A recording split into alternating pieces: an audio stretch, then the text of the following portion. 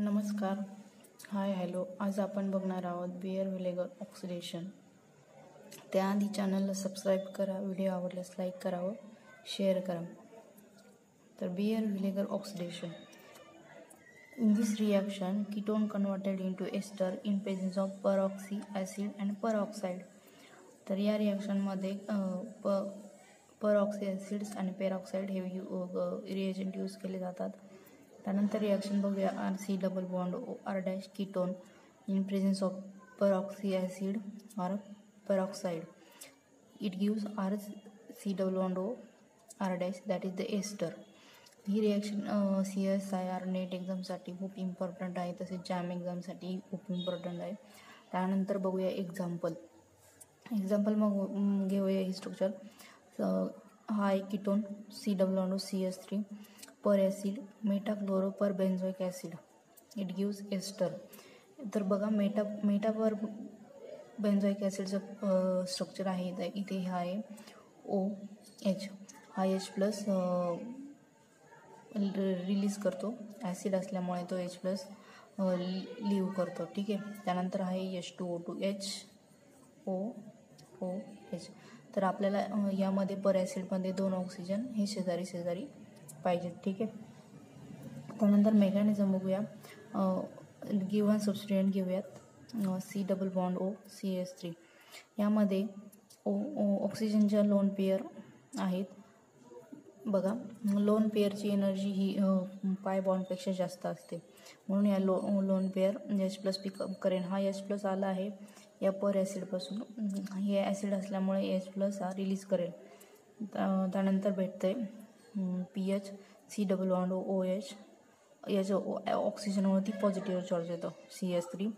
त्यानंतर हे पर ॲसिडचा हे पर ॲसिड आहे RC डबल बॉन्ड OH. हा इथे आपण H प्लस रिलीज झाला, हा इथे येईल O मायनस. ठीक आहे. इथे निगेटिव्ह चार्ज येईल. हा निगेटिव्ह चार्ज अटॅक करेल या पॉझिटिव्ह चार्जला. हा बॉन्ड इथे ऑक्सिजन या पॉझिटिव्ह चार्जवर अटॅक करेल. त्यानंतर भेटेल PHCOH CS3OO C double bond R. ठीक आहे. त्यानंतर फॉर्म होईल. इथे बघा 2 ऑक्सिजन ॲटम आहेत, 2 हेट्रो ॲटम आहेत, त्यावरती लोन पेअर आहेत.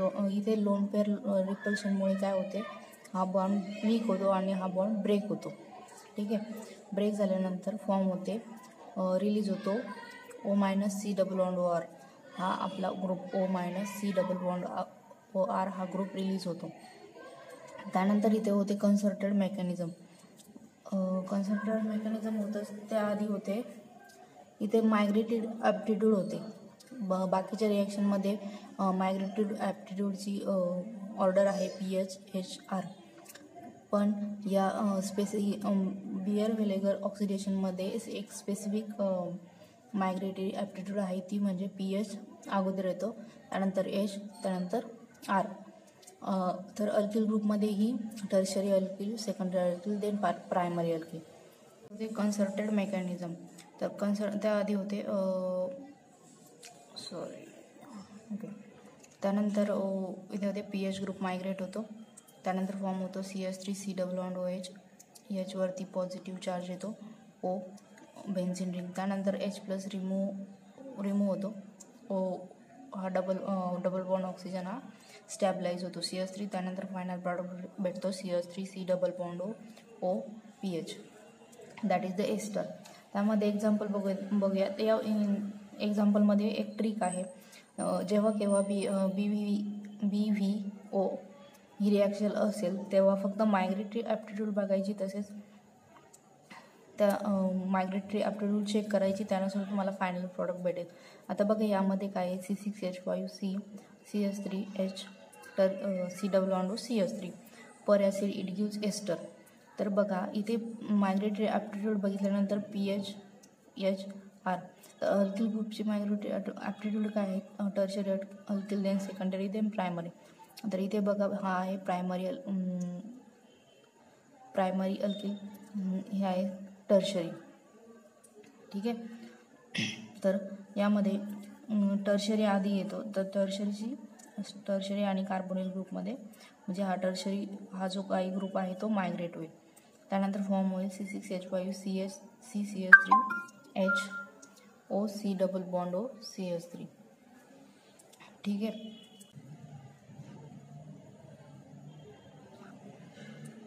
तर फायनल प्रॉडक्ट भेटतो एस्टर. त्यानंतर एक ट्रिक आहे, अल्डिहाइड असेल तर ॲसिड फॉर्म होईल, कीटोन असेल तर मायग्रेटरी ॲप्टिट्यूड बघायची, त्यानुसार तुमचा फायनल प्रॉडक्ट भेटेल.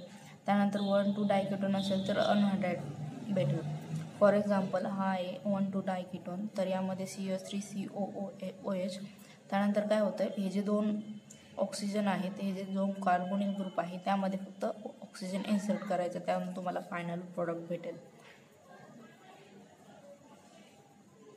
Anhydride. Thank you so much. Video आवडल्यास लाईक करा, शेअर करावं.